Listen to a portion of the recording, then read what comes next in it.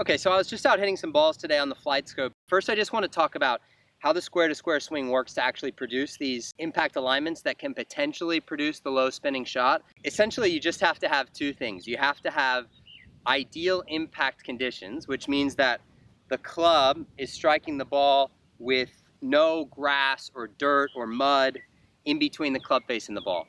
So that grass and dirt and mud in between the club face and the ball is what's going to keep your ball from getting a lot of friction.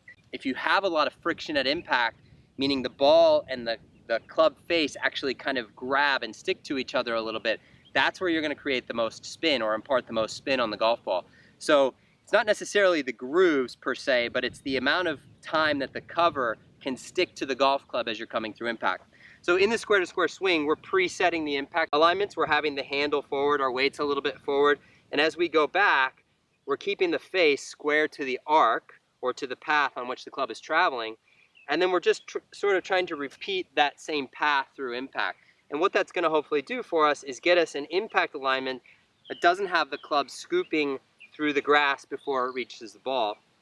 And that's important because if my club goes through a bunch of grass on its way to the ball, it's actually going to trap grass in between the club face and the ball, which will reduce friction. And again, friction is what we want.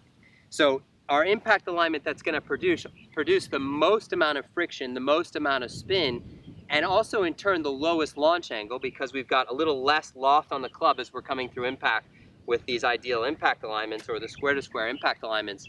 We're coming through impact with less loft on the club because the handle is leaning slightly forward.